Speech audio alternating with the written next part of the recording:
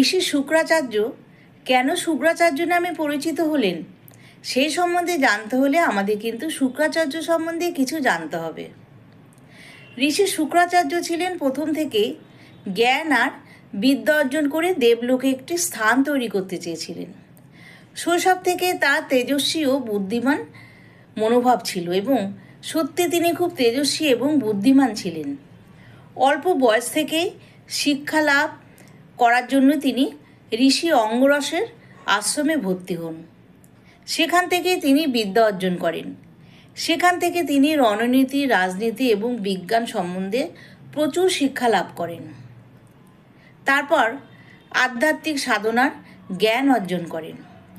কিন্তু কিছুদিন যাওয়ার পরই তার মধ্যে একটা পরিবর্তন দেখা যায়।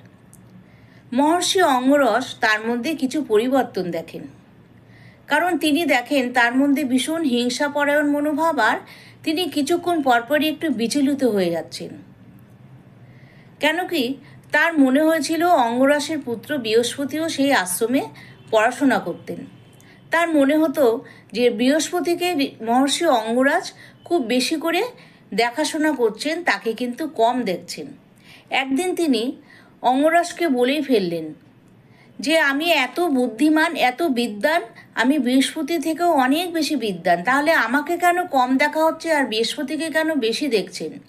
তখন অঙ্গরাজ বলেন যে দেখো, সব ছাত্রই কিন্তু আমার কাছে সমান। কিন্তু এই কথায় দ্রোণাচার্য খুশি হলেন না। তিনি পরবর্তীতে তার আশ্রম ছেড়ে মহর্ষি গৌতমের আশ্রমে চলে যান।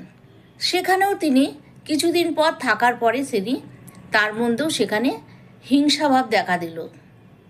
তারপর তিনি সেখান থেকে বেরিয়ে গেলেন। সেখানে গিয়ে এক জঙ্গলে বসে গভীর তপস্যায় রত হলেন। তার এই গভীর তপস্যা দেখে দেবাদিদেব শিব খুব খুশি হলেন।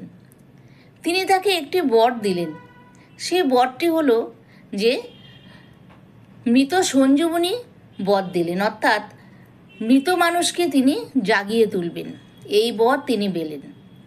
এই বর পাওয়ার পরে দ্রোণাচার্য খুব খুশি হলেন, শুক্রাচার্য খুব খুশি হলেন। কিন্তু শিব ঠাকুরের একটি শর্ত ছিল যে এই জ্ঞান তুমি বিনা কারণে কিন্তু নষ্ট করবে না এবং কাউকে দেবে না, কারোর ওপর ফলাবে না। যেখানে প্রয়োজন তুমি সেখানেই করবে। শুক্রাচার্য তার কথা কিন্তু রাখতে পারেননি। তিনি কি করলেন, এই জ্ঞান দেবতাদের বিরুদ্ধে প্রয়োগ করলেন, যার ফলে শিব ঠাকুর প্রচুর